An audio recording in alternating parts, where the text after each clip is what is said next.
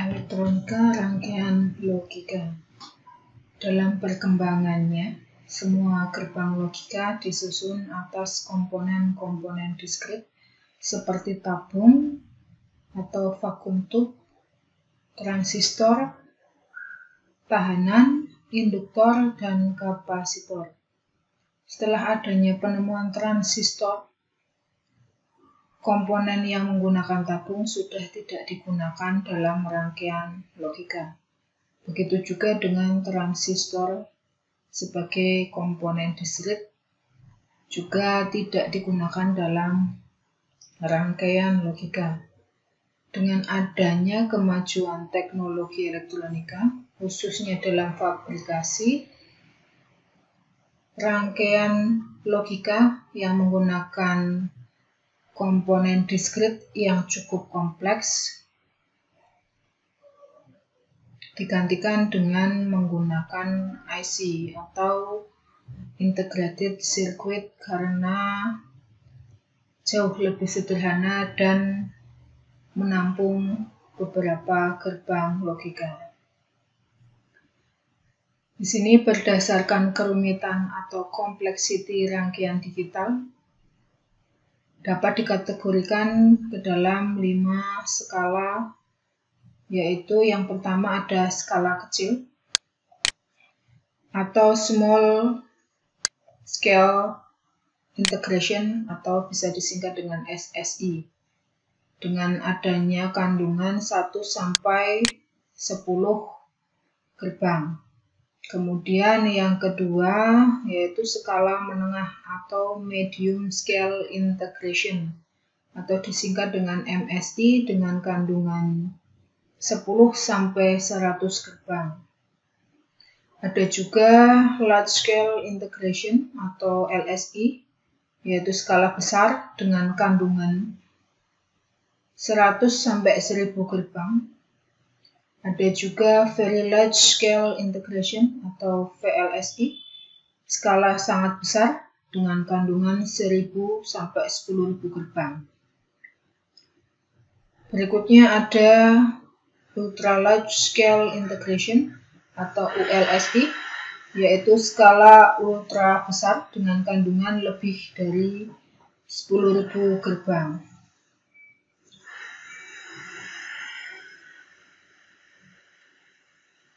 Dalam rangkaian gerbang logika, di sini dikelompokkan ke dalam 8 rumpun atau 8 keluarga. Ada RTL, DTL, TTL, kemudian CTL, ECL, MOS, CMOS, dan E2L.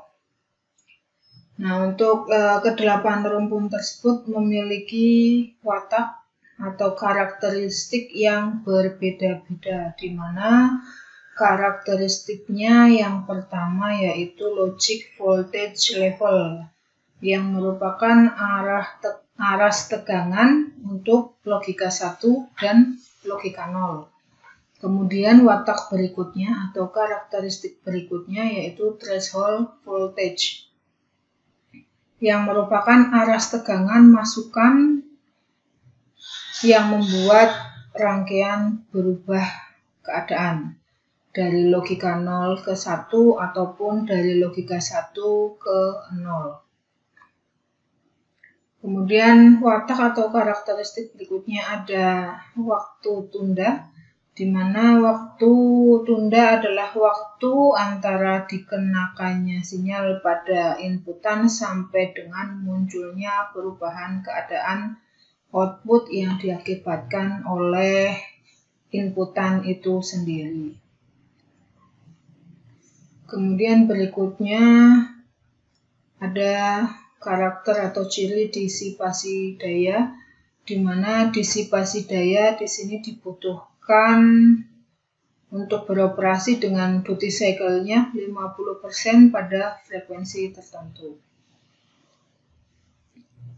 Kemudian batas draw-nya di sini adalah simpangan, yaitu simpangan maksimum ya dari aras tegangan nominalnya logika 0 dan logika 1 yang dapat diterima gerbang tanpa mengubah keadaan.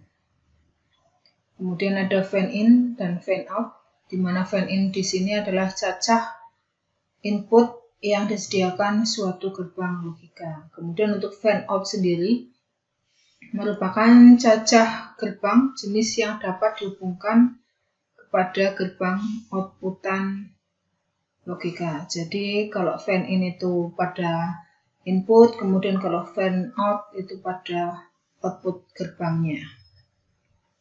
Untuk karakteristik yang terakhir yaitu suhu kerja. Nah, di sini suhunya dinyatakan dalam range atau kisaran antara 0 sampai 70 derajat Celcius, digunakan pada industri, dan min 5 sampai plus 125 derajat Celcius digunakan pada militer.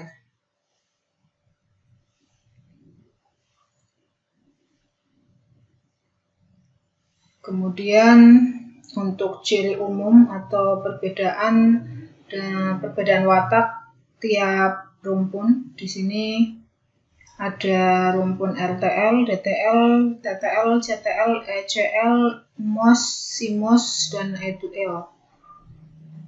Nah, untuk RTL sendiri pada gerbang logika dasar NOR memiliki waktu tunda 50 nanosekon, kemudian disipasi dayanya 10 mW. Untuk batas draw-nya 0,2 volt, fan in-nya 3, kemudian fan out-nya 4, sehingga diperoleh kesimpulan bahwa harga relatif per gerbangnya yaitu sedang.